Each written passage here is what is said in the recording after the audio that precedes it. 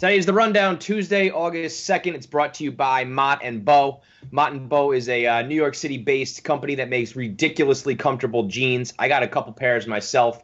They've got that stretchy denim. So you're wearing jeans, you look stylish, but you're not rigid, not like you're wearing a pair of cardboard. It's nice and comfortable. Right now they have a convenient free home try-on program, meaning if you don't know what size you are or you're in between two sizes, you can order two pairs. They'll deliver them to you. You try them on, whichever one fits, you keep. The other one you send back at no cost. Like I said, though, the stretchy material makes it easy to fit into basically that in-between size. You don't have to go shopping. You don't have to go trying them on. You don't have to go to the mall. You don't have to buy crappy jeans out at the store. Just get them delivered right to you. It's convenient. It's easy. It's stylish, and you're going to look good. The promo code is The Rundown. You put that in, you'll save 20% on your first purchase. So go to mottandbow.com, use the promo code The Rundown, and you get 20% off. Dan is doing his first episode from his new digs in New York City. He looks super excited, and he looks very bright and chipper after moving the past 48 hours. I'm here. Moving is the worst thing in the world. New York is so fucking loud. It's just loud. And the first time I took Stella for a walk, she took a shit like in the middle of the street, stopping traffic both ways. So I had like people honking at me and yelling at me. That was a bad scene, but I'm here. See, now what the problem is that one of you guys moved ahead of time. You should have all moved at once, because Feidelberg is going to see this and not even come. He's just not going to show up in September. Everybody's going to be like, fuck it, I saw how bad it was for Dan. The move is off. The whole deal is off. Dan, you're basically the guinea pig. I feel bad for you, bro. Yes. Yeah, absolutely. All right, let's get into it. We begin, as we always begin, this basically past entire year with Donald Trump. He's on his private jet, tweeting out pictures of him eating Kentucky Fried Chicken. People are saying that he's pandering to the black vote. People are saying that he's pandering to the poor people vote. Dan, you focused on him eating fried chicken with a fork. You backed it. You were 100% team fork. What do you got? Well, first of all, he is pandering, obviously, but that's what you do in a presidential campaign. It's the same as Hillary doing the dab or whatever. You have to pander. So people who get mad about that, fuck off. I'm team fork. I'm trying to convert myself to, like, basically eat everything with a fork. It's so much better. Fried chicken is delicious, but after you eat it, you feel like the grossest human being ever. I think it's like 50% as gross if you can do it with a fork. Also, there's no way Trump actually ate this, right? Yeah, no. I mean, it was like staged. They take the picture, they throw it in the garbage. I mean, it absolutely is pandering to black people, and I think Popeyes would have been the better way to go if you were really going to do it. But I still think it kind of works. I'm sure there's some people who are like, all right, Donald, I fuck with you. Do you think that there's anyone actually in the whole world who thinks, okay, he eats KFC, so he's not that bad a guy? Yes. They might not have an internet connection, but yes. I don't think that it's like, oh, I'm voting for him now. But on some level, people are like, oh, look at that. I eat KFC. He's like us. Yeah, he's like us after church on a Sunday. He eats KFC. That definitely has been said today. It was the worst KFC order I've ever seen. There was no mac and cheese there. There were no biscuits there. No biscuits is crazy. Crazy. You can tell that the man's never had KFC because he has no idea how to order there. But I am with Dan on the fork situation. I'm very team fork. I saw on your blog you even said you won't do it with a pizza. If the pizza's too messy, I'm going to do it. I'm going to eat it with a fork. Yeah. But I did disagree with you with the chopsticks. If you use a fork on sushi, you're a goddamn. Oh, I use my hands. Fuck chopsticks. Fuck them forever. They're the worst utensil of all time. They're not even a utensil. It's just two pieces of fucking wood that Asian people are like, let's make putting food in our mouth as hard as possible. You know what is the craziest part of chopsticks? Is that they primarily eat rice. And chopsticks are the worst thing in the world to eat rice with. It's crazy. Like, sushi's one thing. You can just grab the little square. But rice is fucking nuts. Ugh. I'm down with the fork. I don't judge anybody. I probably wouldn't do it myself for fried chicken. But if you want to do it, I'm not going to judge you. Because you do. You get it. Or you get, like, the grease all over your mouth. And you're like, oh, I'm going to have pimples here now. I don't know if grease still does that. But that's why I used to worry about that when I was, like, a teenager. And you get, like, all over your hands. It's messy. Why get messy if you don't have to get messy? Unrelated but kind of related. Do you guys think Donald Trump is kind of unraveling? He's like seems like he's going crazy a little bit. You see the baby today? Yeah, he's going crazy. I think he doesn't want to be president. I think he wants to lose, say it got rigged, then start a media company and go on TV every night and like be able to be himself and make a shitload of money. And he's starting to unravel a little. It's wild. It's either that he's unraveling. I think it's self-sabotage, but I think he's unraveling because it's not working. Is that what you're saying? Like I think at this point he's like, fuck, nothing I do is getting me out of this race. Well, it's a combo. I think there's possibly a self-sabotage. I also think he is such like an instinct guy that he will fight with anyone. And then like this whole thing with Khan and the, a guy the guy died like for our country, and Donald Trump's like, yeah, I'm gonna fight with his parents because they called me out. Like, what, dude? Just stop talking. Standing your ground on that one rather than just back. I mean, that's the thing. Like, you could bait him into any kind of fight like that. It's unreal. Keep it moving with politics. The Speaker of the House tweeted at Big Cat today. I'm just going to run with that. It was actually Paul Ryan.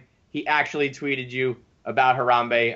What went through your head when you got that tweet, Dan? So I saw it last. Someone mentioned it last night, but he deleted it so fast. It's like, oh, that was made up. And then today, someone like some political person, Gawker even ran it. I was like, okay, so am I like I'm a DC insider now? Paul Ryan, he wants to have a chat.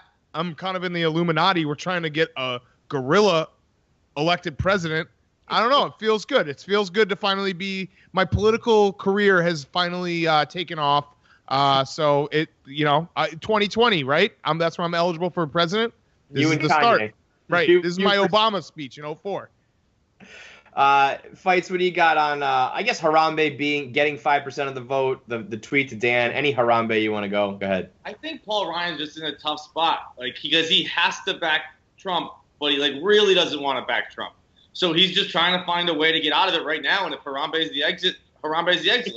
Let's run with him. Let's see what that does. But in reality, it's some poor intern who got to sign out of Paul Ryan's account and is 100% getting fired and never getting another job in politics. And that's shitty. That kid, whoever tweeted that, hit us up. We probably won't give you a job, but like I'll forward your email to Dave.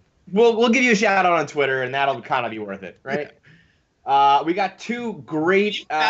Real quick, can you imagine that level of responsibility? Like just like getting drunk. Like I forget to sign out of shit all the time. I think I'm still logged into the Barstool Snapchat from like this weekend because I never used Snapchat. Like I would forget within the first 12 hours to log out of the Speaker of the House's fucking Twitter account. The fact that politicians still let like regular lowlifes, like low-level people, sign into their shit and run their accounts is the stupidest thing in the world. We got two very good airplane sort of videos here. We start with the pilot who took down a shit-faced passenger who was putting his hands on a flight attendant. Dude was completely blacked out. And the pilot went fucking Bruce Willis on him. Fights, what do you got on this guy getting his ass beat by the pilot? Dude, first of all, that dude was a hard 25. The reports that he was 25 years old.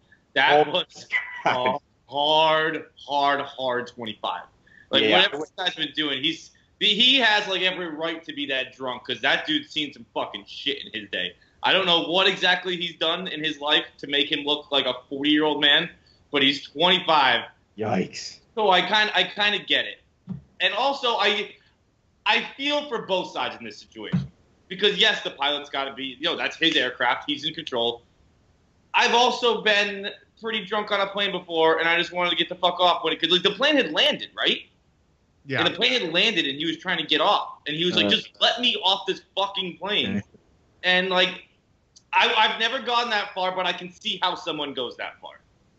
Dan, you're always on planes. What do you got? Well, I mean, going back to a few weeks ago, this gets the juices flowing, citizen arrest. I mean, this pilot, like that, when he was doing that, that was the highlight of his life right there. Being able to manhandle some random dude and be like, you're under arrest, even though you're not a cop. Awesome. I totally, it does change the situation that he was trying to get off the plane because it drives me nuts how long it takes to get off planes. But you can't be that asshole. You can't be that guy. And the nail in the coffin for me was just his whole spiel. You're going on Facebook because you're a loser and you're going to go online. Like, bro, this is definitely going online, and it's not because of the pilot. I don't think you know how the internet works, man. if Facebook is the first social media network you reference, you're a piece of shit. You're a loser. Like you're gonna end up on Twitter.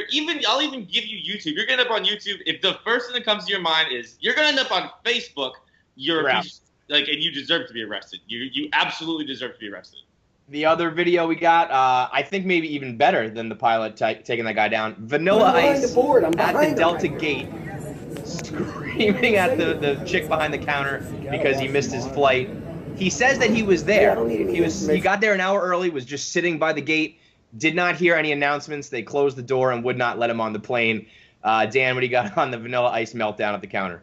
That is 100% on him. And you can't melt down like that in 2016 because someone's always going to videotape you. And then on top of all of that, it brings up the age-old question, would you rather be famous and lose all that fame and clout or just be a regular person your whole entire life? Because Vanilla Ice 20 years ago, he gets to do this rant and they stop the plane. Now they're like, dude, get the fuck out of here. We don't care about you. So, but he knows that feeling of being able to stop planes and get doors open for him. He has that taste. He can think back to a time when he could actually make things happen like that. Now he's just a regular Joe Schmo that no one respects, like us.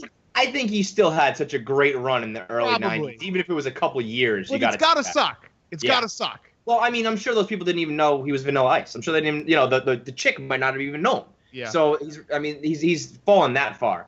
Fights, what are your thoughts? I always have so much anxiety. This would never in a million years happen to me because I get such panic anxiety. I won't even have headphones in.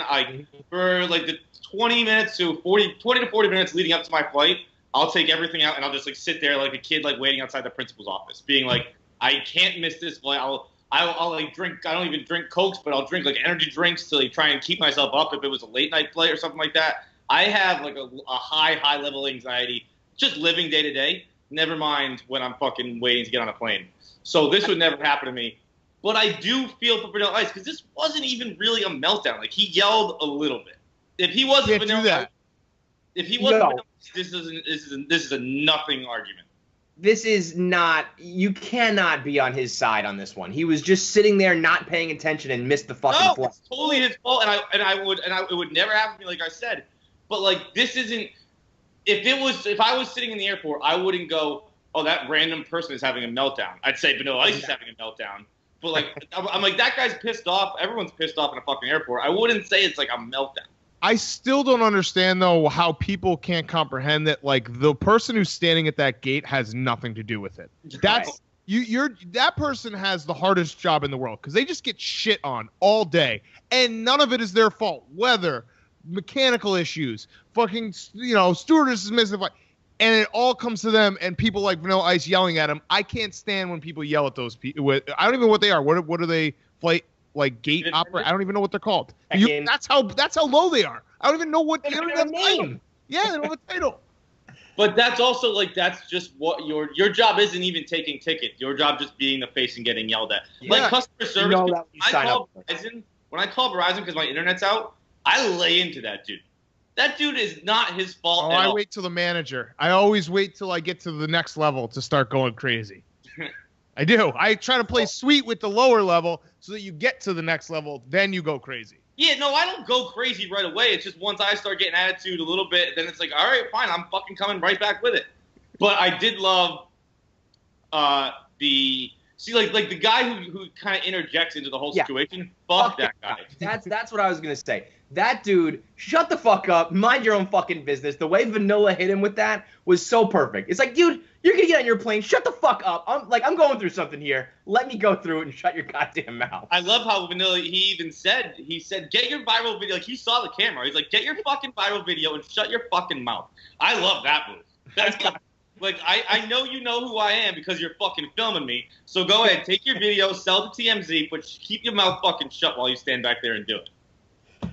Speaking of viral videos, we got this golf fight, which was something spectacular. Two dudes just square up, throwing hands, land a couple punches, end up just shaking hands 10 seconds later, calling it a fight.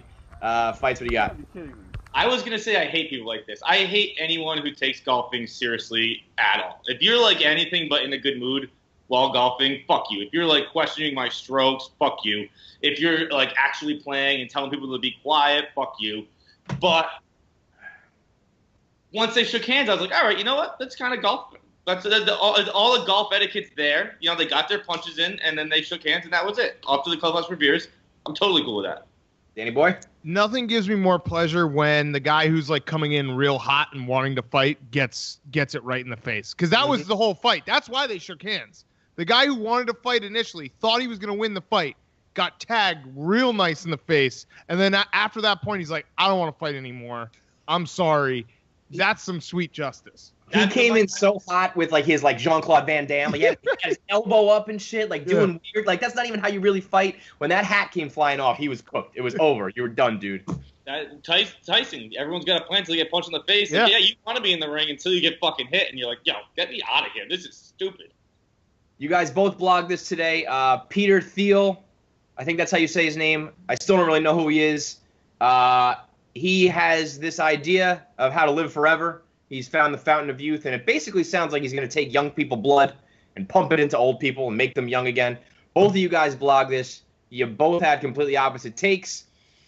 We'll start with you, Dan.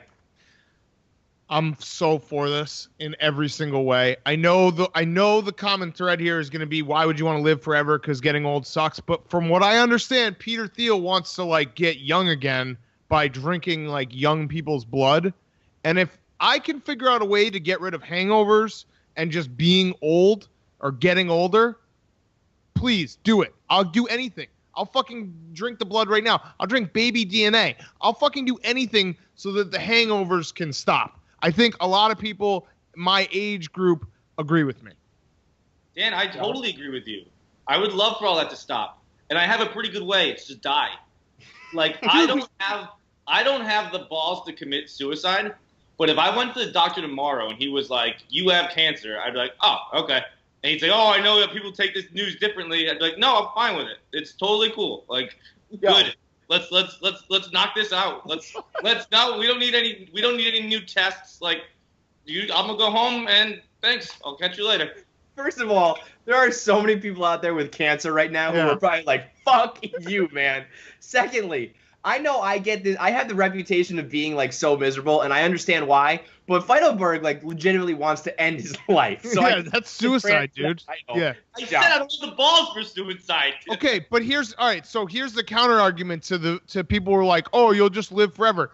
If you're around for 200 years, you're gonna like eventually get hit by a truck. You're gonna get in a car. That's just odds. That's statistics. So I think you'd still die eventually. You just, from what I understand, would be young while you're still alive, and I am 100% for that. Yeah, I'm going to play the middleman here, where I would like to feel young again, but still have an expiration date. So if I can go 75 years but feel good for all of them, I'm down with this. Also, it's a little weird that everyone's reaction is not like this dude's out of his fucking mind. He's talking about freaking young blood, like vampire shit. That's people should not be debating like, oh, is this going to work? They should be saying this dude is out of his fucking mind. I think it was already established he was out of his mind when he spent like millions and millions of dollars to fund Hulk Hogan's takedown of Gawker and like just for a personal vendetta. So I think he was already like a mad scientist. So this kind of just all fits. The acid wash jeans though, that look, I put it in the like he totally is a guy trying to give off the vibe that he doesn't drink young people's blood.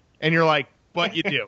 Like I see you, man. The pose too with the thumb like in the right. Like, he's almost like, hey, I'm young, I'm cool, I'm hip, come here, so then I can drink your blood. I need the. You know who he kind of reminds me of, and this is going to be an embarrassing admission. I've seen the first Twilight, and he actually looks like the vampire dad, where like he's trying to act like he's not 15,000 years old, and he's trying to dress like that. That's like he actually kind of just looks like that dude too. I forget the actor's name, but he kind of just looks like him.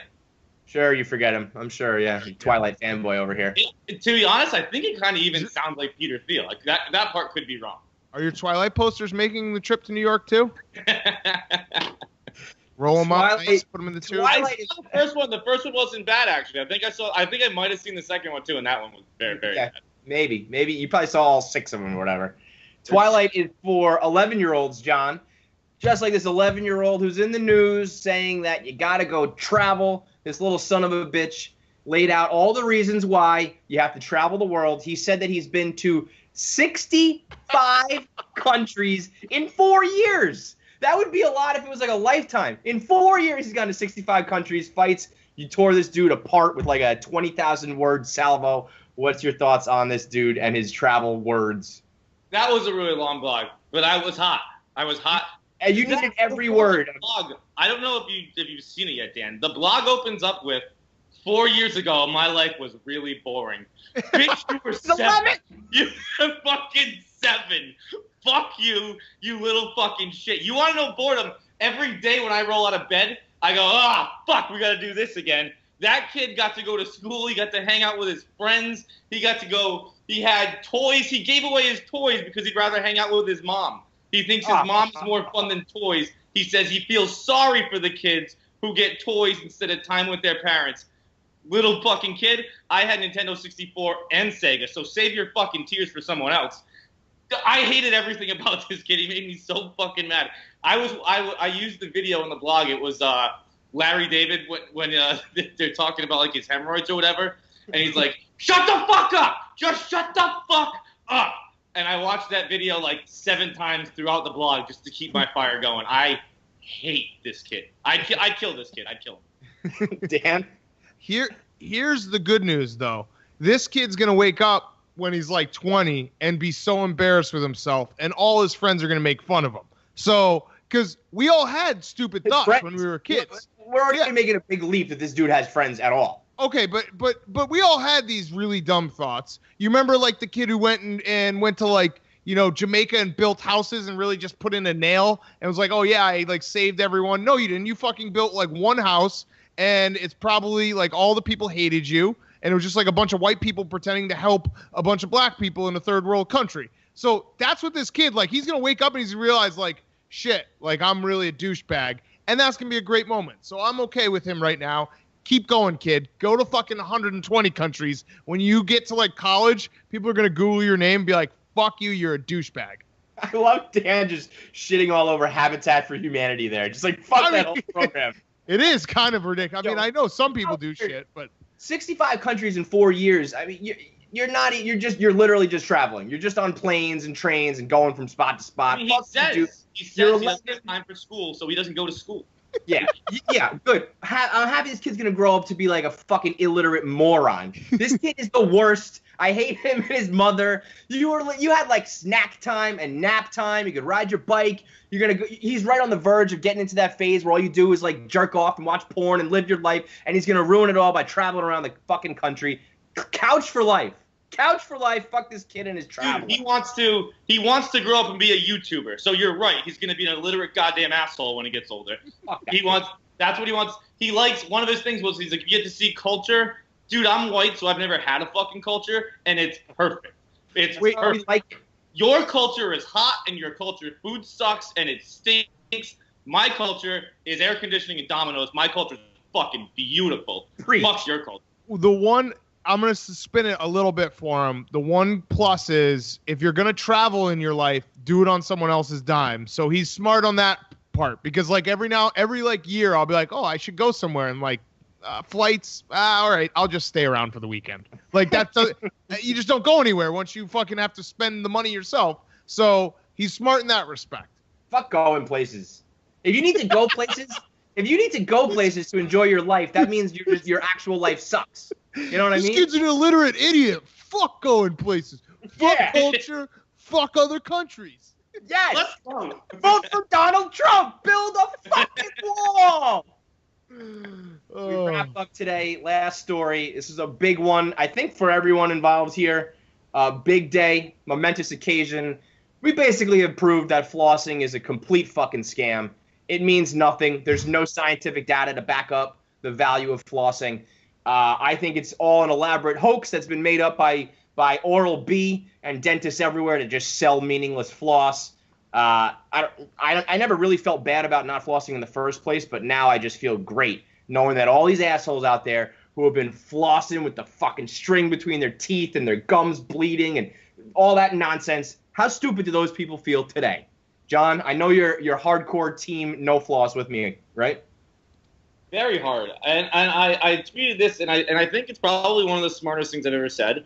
I think the only thing you need to do to maintain oral health is white strips. As long as you look good on the outside, your mouth is perfectly fine. There's nothing wrong with it. Like me, I forget to brush my teeth probably like 3 nights a week. Like Friday, Saturday.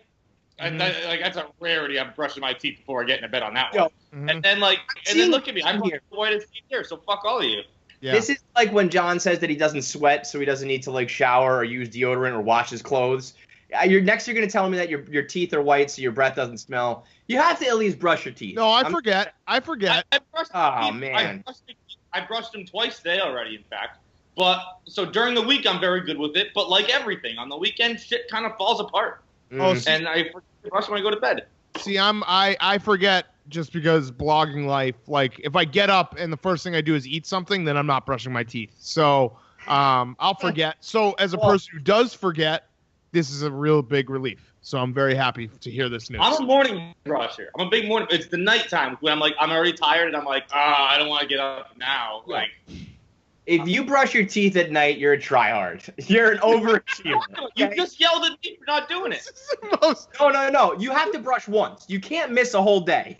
I didn't say I miss a whole day. I said I'm a morning brusher, and sometimes on Friday and Saturday nights, like I'll come home shit-faced and forget to brush my teeth.